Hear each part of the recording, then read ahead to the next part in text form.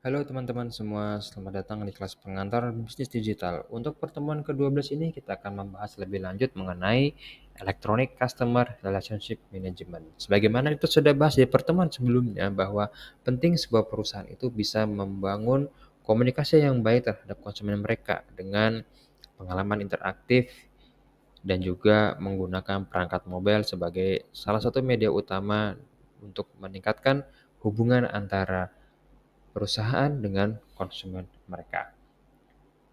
Dan untuk menggunakan ini kita bisa memakai email, website, aplikasi, pesan, bahkan media lainnya seperti media sosial. Yang jelas di sini, kenapa ini penting? Karena ICRM ini dapat melacak riwayat pelanggan secara real time melalui berbagai media yang nanti akan kita bahas di slide berikutnya.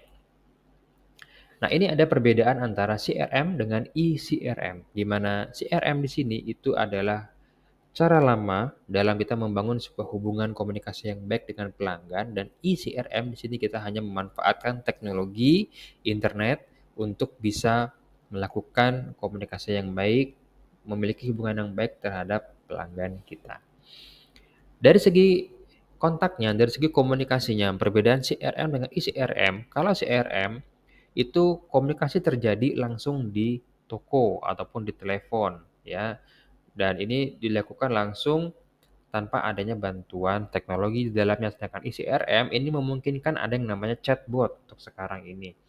Namun dengan chatbot ini bukan berarti mengurangi kualitas dalam memahami atau membangun sebuah hubungan atau relationship terhadap konsumen kita. Justru ini bisa membuat ICRM menjadi lebih real time dan lebih terpersonalisasi.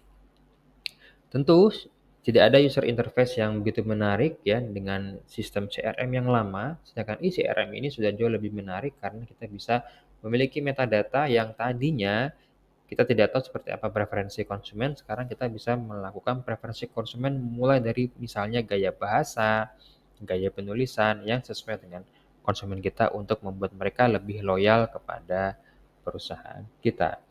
Dari segi sistem overhead-nya,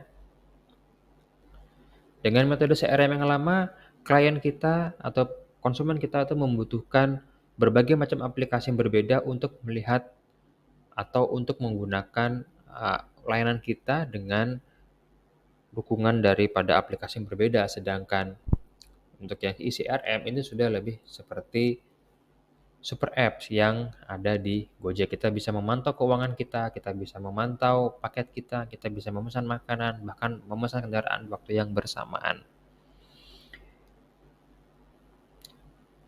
Seperti yang sudah dibahas sebelumnya, customization dan personalisasi ini sangat penting, dan CRM yang lama tidak bisa karena kita tidak bisa tahu seperti apa apabila misalnya customer care dari perusahaan dengan cara konvensional ganti orang, maka akan ganti cara berbicara, cara menyikapi sesuatu keluhan konsumen. Sedangkan ICRM ini sudah selalu otomatis dan tidak akan pernah berubah karena preferensi konsumennya sudah terekam di dalam database perusahaan tersebut, sehingga akan memberikan pengalaman pelanggan yang lebih baik.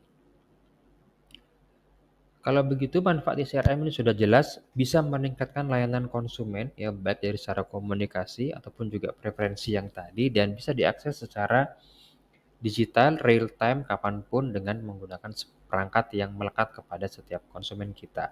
Dan juga pastinya hemat biaya karena kita hanya perlu menggunakan satu alat saja, mudah untuk diakses dan kapanpun tanpa harus menyulitkan para pengguna ataupun perusahaan. Contoh dari ICRM ini adanya m-banking untuk perbankan, ya kita bisa mengakses semuanya dengan mudah. Kemudian juga kita bisa melihat di sini ada e-commerce sebagai perwakilan daripada toko retail, ya kita bisa berbelanja dengan mudah, melihat tadi paket dikirim sampai mana, berapa harganya, bahkan sampai kepada review dari konsumen yang lain. Untuk contoh lainnya juga ada dari urusan traveling ya.